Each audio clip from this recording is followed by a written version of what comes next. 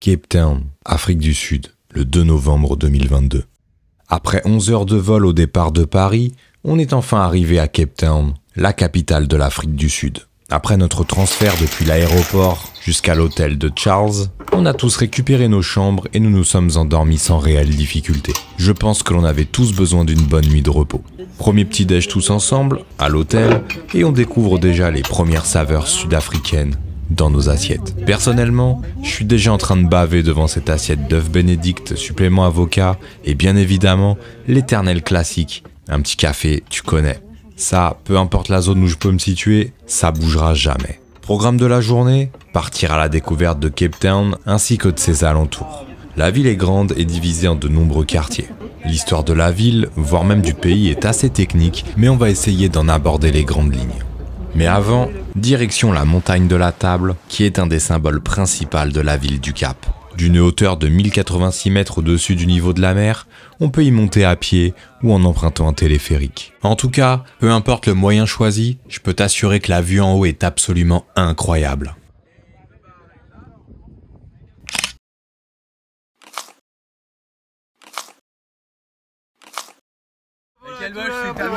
Si vous sentez des frissonnements allant du dos jusqu'à la nuque, c'est que le ciel est sur le point de tomber. On a rapidement remarqué que l'on avait tous les cheveux chargés en électricité statique. Après une petite recherche effectuée sur Google par Clara, on apprend que ce genre de phénomène annonce un orage qui devrait éclater juste à côté de nous. Quelques secondes plus tard, un énorme flash suivi d'une grosse détonation couplée à une onde de choc hyper chaude s'est produite juste à côté de nous. La puissance du souffle, mec, t'as même pas idée. Clairement, on a failli tous griller sur place. La sensation était archi flippante, mais tellement incroyable. Le sang s'est glacé instantanément, alors que la peau était encore chaude. Flippant donc, comme je te le disais. Mais paradoxalement, j'ai grave kiffé. J'ai jamais ressenti une énergie aussi puissante que ça. Bon, on s'est vite mis à l'abri ensuite. On n'a pas non plus traversé la planète pour venir mourir ici foudroyé. Ça serait dommage. On apprendra ensuite que l'accès au téléphérique est fermé pour la journée, justement suite à cet orage. Putain, fait beau, hein. Heureusement qu'on est en Afrique du Sud, les gars. On reprend le téléphérique et on va maintenant aller manger au restaurant dans la ville du Cap. Le timing est bon puisqu'il commence à pleuvoir, en espérant que la météo s'améliore le temps de notre repas. À peine rentrée dans le resto, Clara commence à se sentir archi mal. Elle rentrera à l'hôtel histoire de se reposer. Le voyage a été épuisant pour tout le monde et on a très peu dormi. Le coup de tonnerre dont je te parlais tout à l'heure a mis pas mal de gens KO. C'est vraiment pas des conneries ce qui s'est passé tout à l'heure. On ressent tous des effets ultra bizarres même de longues minutes après. Dans un sens, tant mieux que Clara aille se reposer maintenant. Vaut mieux que le contre-coup arrive maintenant plutôt que demain sur les motos par exemple. Une fois notre repas avalé, on repart en direction du quartier Bo-Cap, qui veut dire au-dessus du Cap en afrikaans. Situé au pied de Signal Hill, Bo-Cap abrite une forte concentration de Malais du Cap. C'est une population de religion musulmane, descendante d'esclaves originaires de la Malaisie, d'Inde et d'Indonésie, qui furent déportés afin de servir de main-d'œuvre dans la colonie du Cap.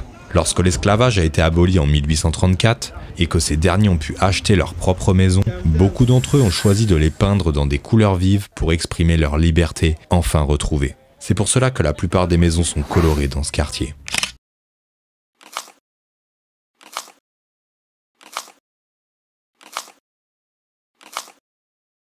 La fin de journée approche et on va se balader au centre commercial de Victoria, du côté du port de Cape Town.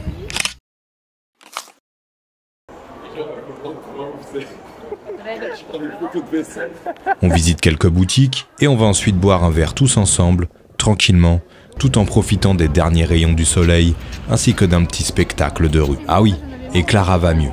Elle nous a d'ailleurs rejoint cette fin de journée.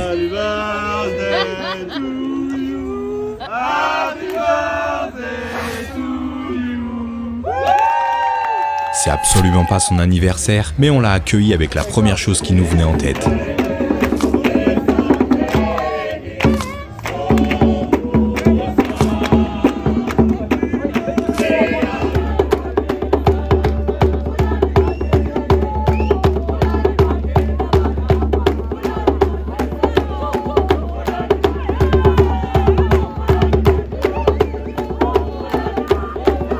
On enchaîne ensuite avec un resto à l'hôtel de Charles, là où nous dormons ce soir encore. C'est ouvert. Le Manhattan. Oui, le Manhattan. Alice, la maman du groupe, s'occupe des cheveux des filles, parce que demain, on récupère les motos et on attaque les choses sérieuses. Allez, bonne nuit mon gars. Rendez-vous demain 7h00 pour le petit-déj. Et attention parce que William, notre guide, contrôle. Donc t'as intérêt à être à l'heure. Cape Town, Afrique du Sud, le 3 novembre 2022. Je n'ai dormi que quelques heures seulement, mais ça fera l'affaire. Je saute hors du lit, j'enfile un short et je traverse directement la rue pour aller prendre un petit-déj avec toute l'équipe. Une fois ce dernier avalé, un chauffeur nous attend pour nous emmener chez Triumph. On a 8 Triumph Tiger 900 Rally Pro qui nous attendent. On remplit les papiers nécessaires à la location et on fait les vérifications avec le loueur, histoire de se mettre d'accord sur l'état de la moto avant de signer. En gros, on effectue quelques points de contrôle sur la moto, à savoir si les roues ne sont pas voilées, si le cadre n'a pas pris un pet, le guidon, le réservoir, les crash bars, ce genre de choses. Me concernant, les anciens propriétaires de la moto ont dû la faire tomber sur le côté gauche, ce qui expliquerait que les protège-mains ainsi que les cale-pieds soient déjà abîmés. Je remarque aussi que la boucle arrière du cadre a pris un pet. J'ai plus de cale-pied arrière et la partie inférieure de la boucle arrière est légèrement renfoncée. Esthétiquement, c'est pas ouf, mais une fois assis sur la moto, je n'ai absolument aucune gêne. Ça ne m'empêchera pas de rouler. Une fois la partie administrative faite, il est temps de prendre la route et d'apprivoiser la bestiole. Mise en jambe tranquille ce matin. On n'a que de la route à faire. Le seul vrai danger pour le moment, c'est de ne surtout pas oublier de rouler à gauche et non à droite comme on a l'habitude de le faire en Europe.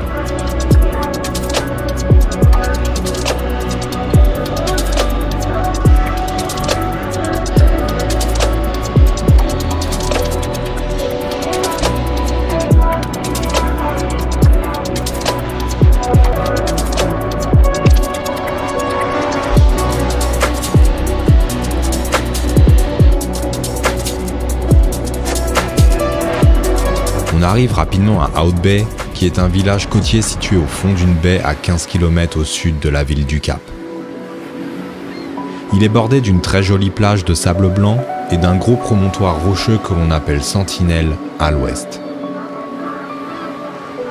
On monte ensuite à bord d'un bateau pour prendre le large et rendre visite à un énorme banc d'otaries posé sur une dalle rocheuse en pleine mer. Ce spot leur permet ainsi de se protéger des requins et de ne pas servir de plat de résistance.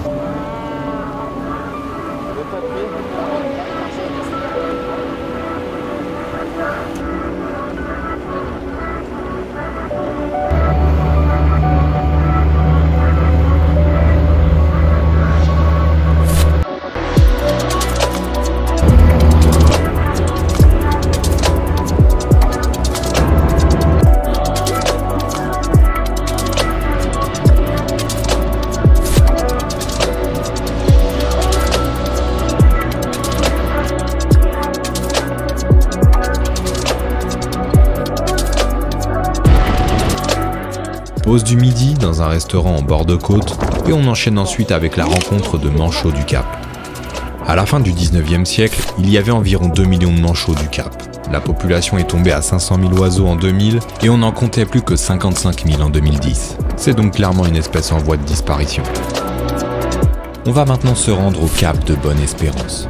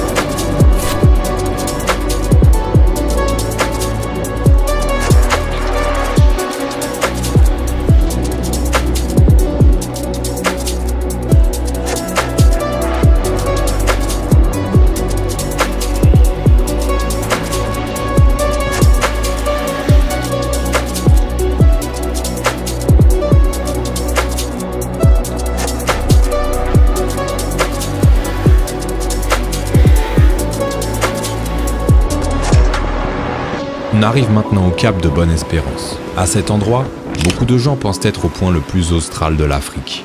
Mais ce n'est pas le cas.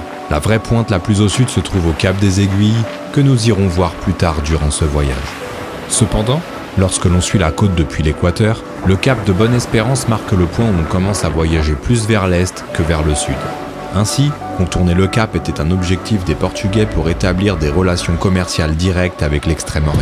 Le premier à franchir concrètement le cap de Bonne-Espérance est Vasco da Gama, en 1497, alors qu'il était à la recherche d'une route pour le mener en Asie. Le nom qu'il donne au cap est à l'époque celui de Cap des Tempêtes, car les courants y étaient très forts.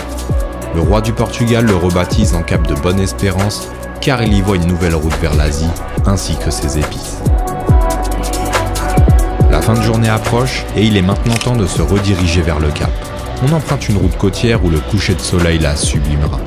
La vue est incroyable. Et bien évidemment, Pat, notre photographe, n'en perdra pas une miette puisqu'il shootera quelques photos absolument magnifiques. Dernier arrêt à Camps Bay, une plage à quelques kilomètres de Cape Town, où l'on profitera des derniers rayons du soleil ainsi que de son sable blanc, avant de filer au restaurant, afin de partager un bon repas et de faire plus ample connaissance entre nous. Une première journée plutôt tranquille, mais nous avons enfin récupéré les motos.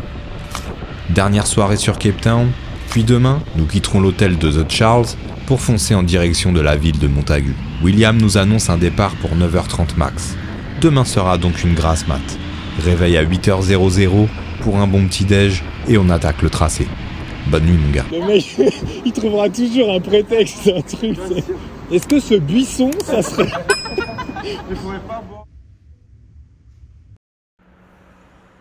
Vendredi 4 novembre 2022, hôtel The Charles, Cape Town, Afrique du Sud. Jusqu'au village de Franschhoek. Ce matin, on se réveille tôt. On charge les valises dans le 4x4, on prend le temps d'avaler un petit déj et William, notre guide, nous fait un rapide briefing de la journée. Clara! Nous quittons Cape Town définitivement et nous prenons la direction de Montagu, une ville située à 180 km de notre position. Pour sortir de Cape Town, il n'y a pas 36 solutions. On prend l'autoroute pendant quelques kilomètres. On est rapidement frappé par l'apparition de townships en périphérie de la ville. C'est le nom que l'on donne à ces bidonvilles ici en Afrique du Sud. C'est malheureusement un héritage de l'apartheid et on retrouve ces quartiers populaires dans toutes les zones urbaines du pays, en périphérie des métropoles. Ils sont majoritairement habités par des métis, des noirs et des indiens, face à l'exclusion des habitants non blancs des grandes villes au 19e siècle et leur interdiction d'accès à la propriété par le gouvernement. Le plus connu d'entre eux, c'est le fameux township de Soweto, situé à Johannesburg. Déjà parce que c'est ici que vécurent les deux prix Nobel de la paix Desmond Tutu et Nelson Mandela, mais aussi parce qu'avec leurs 4 millions d'habitants, il s'agit du plus grand ghetto d'Afrique du Sud. Je t'avoue que j'aurais aimé discuter avec les gens qui y vivent. Parler de leur quotidien, partager un peu leur vie, avoir leur ressenti, comment ils envisagent les choses, tout ça quoi. Mais par manque de temps, ça ne sera pas possible. Mais quand je reviendrai ici, ça sera sur ma liste. En attendant, restons concentrés sur l'autoroute. Il n'est pas rare de voir les habitants de ces quartiers traverser l'autoroute avec des caddies de course, d'énormes sacs poubelles et même leurs enfants. Les scènes sont surréalistes et il faut rester vigilant.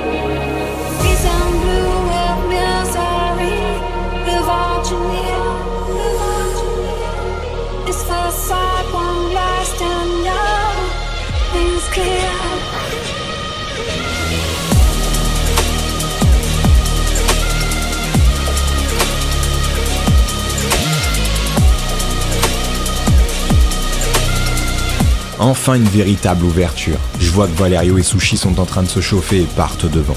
Voyons un peu ce qu'a cette moto dans le ventre. Première véritable courbe de ce voyage et du coup premiers essais routiers de la Tiger 900.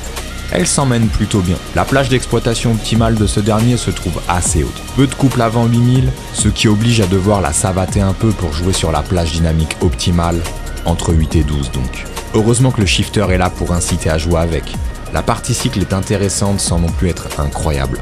Bon, faut aussi prendre en compte que la moto est sûrement mal réglée au niveau des suspensions. J'ai gardé l'ABS pour le moment, mais j'ai désactivé le traction control. Je suis pas trop fan des assistances, ça doit venir du off-road ça. Et on n'est pas non plus sur un missile sol-sol si tu vois ce que je veux dire. Mais je note également que passé les 180, la moto se met fortement à guidonner. Est-ce que c'est juste la mienne ou est-ce que c'est général? J'en discuterai avec les autres pour voir. Je suis un peu mitigé sur le comportement de la moto, en tout cas pour le moment, même si ça n'empêche pas de pouvoir me faire plaisir. Ce sont vraiment mes premières impressions à chaud là. On apprend à se connaître elle et moi, à voir après quelques réglages basiques et surtout après un essai sur ce pourquoi elle a été aussi faite, rouler sur les pistes. On refera un point plus tard sur cette Tiger 900.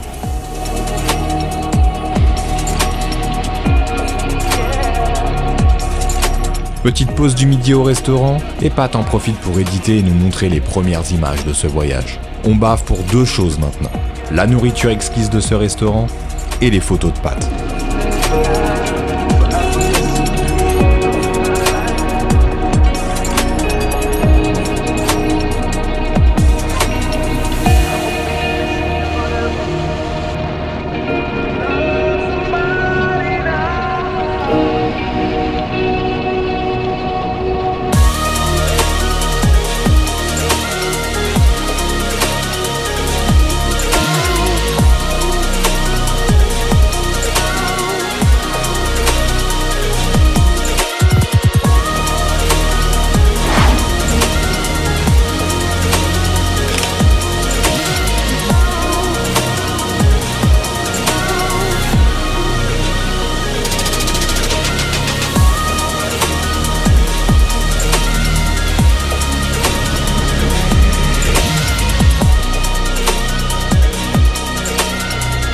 On est arrivé à Montagu, situé dans la province du Cap occidental, à 180 km de la ville du Cap par la route 62. Elle est aujourd'hui une petite ville touristique, appréciée pour ses sources minérales et la beauté de son paysage environnant. En survolant la ville, j'ai été rapidement absorbé par l'église, ainsi que par un arbre qui mesure une vingtaine de mètres de haut. Résultat, mon drone coincé à 12 mètres de haut. Mais avant que je te raconte cette histoire, petite présentation de l'hôtel, ainsi que de la chambre où je vais dormir. Aïe. Je rentre, donc déjà, on pose les bases, baignoire extérieure, ok? Nice. Very nice.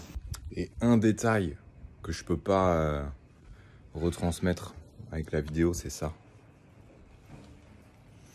Une odeur incroyable, franchement incroyable. Ça parfume tout le spot, tout l'intérieur de la chambre. Je me suis emballé avec ma baignoire extérieure, mais est-ce que ça fonctionne au moins? Yes, putain, ça marche. Lourd. En arrivant sur place, je me rends rapidement compte que ça va être chaud de le récupérer. Grimper là-haut est faisable en soi, mais impossible d'atteindre le bord du sapin. C'est beaucoup trop risqué. La chute à cette hauteur serait fatale.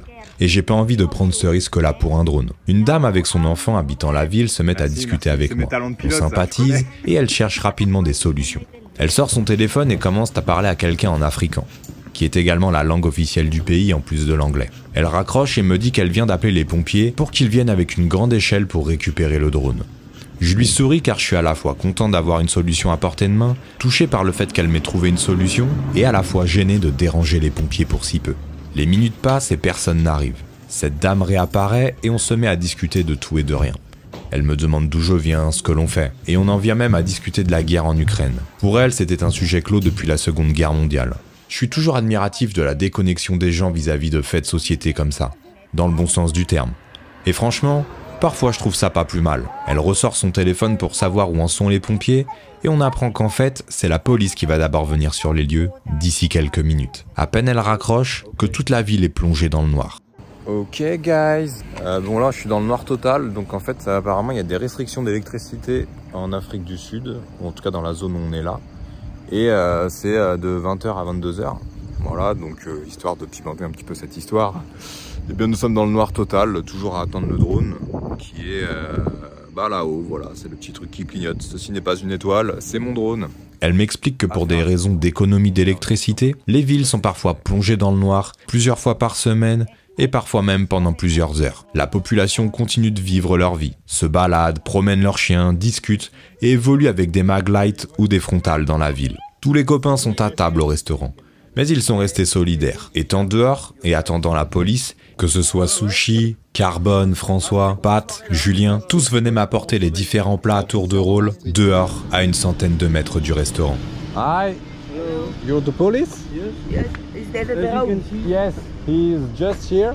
But it's stuck there now. It's stuck in the tree. And if it's possible to call the fireman or... Oh, we want. Oh, how did you fly the drone up there? I was flying from the mountains. From which side? Bon, là clairement je commence à parler chinois et à bafouiller parce que j'étais en train de réfléchir en même temps à quoi dire. Je connais pas les lois concernant les drones ici, surtout en ville, et je voulais pas me cramer bêtement. But you're going to stay here now. Yes, because I really need to take it. Fire station. That's not part of their duty. Okay. Explain it to you like that. La police finit par arriver et constate le problème. Le hic, c'est qu'ils m'annoncent que les pompiers ne viendront pas car ce n'est tout simplement pas leur travail. Et chose que je comprends en soi. La police disparaît dans la pénombre et je me retrouve de nouveau solo, dans le noir, sans vraiment savoir si je vais récupérer mon drone ce soir. Mais comme ils m'ont dit d'attendre, alors j'attends. Le temps passe, peut-être 15 minutes, et la police revient avec derrière eux une autre camionnette. La personne se présente et je remarque une grande échelle dans son camion. L'échelle peut atteindre 10 mètres d'après ce que je comprends. Mais il m'explique que si son patron le voit faire ça, il pourrait perdre son travail. La police disparaît de nouveau après m'avoir salué et l'homme à l'échelle s'en va également. Je me retrouve à nouveau solo, dans le noir, sans trop savoir la suite de cette histoire. Les minutes passent et deux phares apparaissent de nouveau dans la pénombre. Une nouvelle camionnette arrive avec le même chauffeur. Il est parti chercher un autre camion avec une nacelle qui peut grimper jusqu'à 15 mètres de haut. Il place le camion en sécurité, installe l'ensemble et se met à grimper jusqu'en haut pour récupérer mon drone. Mec, je suis tellement content de pouvoir le récupérer sans encombre, t'as même pas idée. Ainsi, mes bandes filmées sont préservées et le drone va normalement pouvoir continuer de voler. Retour au restaurant et j'ai le droit à une standing ovation de toute l'équipe de Liberty Rider ainsi que des copains qui étaient à table. Fatigué mais content, je finis de manger mon plat et on va boire un verre tous ensemble au bar juste derrière. Je t'avoue que j'ai pas fait long feu et j'ai rapidement quitté la soirée pour aller dormir. Beaucoup trop d'émotions ce soir. Allez, bonne nuit mon gars. On se retrouve demain pour le petit-déj. William nous annonce un départ à 8h00. Alors je te conseille de pas traîner. N'hésite pas à passer sur la boutique store.blackmarket.fr. Collection de vêtements, accessoires et paires de chaussettes disponibles, itinéraire de voyage, bagagerie Enduristan, posters de nos photos de voyage. Si c'est en stock sur la boutique, ça arrive chez toi directement dans la semaine. Je t'invite également à t'abonner à cette chaîne YouTube et à venir nous rejoindre sur Instagram. Ainsi, tu pourras suivre nos futurs voyages à moto en direct via les différentes stories ainsi que les publications. Sache qu'également, du contenu vidéo exclusif sort régulièrement sur mon compte Instagram. Ça te fait donc 2 raisons de venir nous suivre là-bas. Pas de panique, l'épisode 2 arrive très prochainement. En attendant, tu sais ce qu'il te reste à faire? Abonne-toi. Let's go. Easy.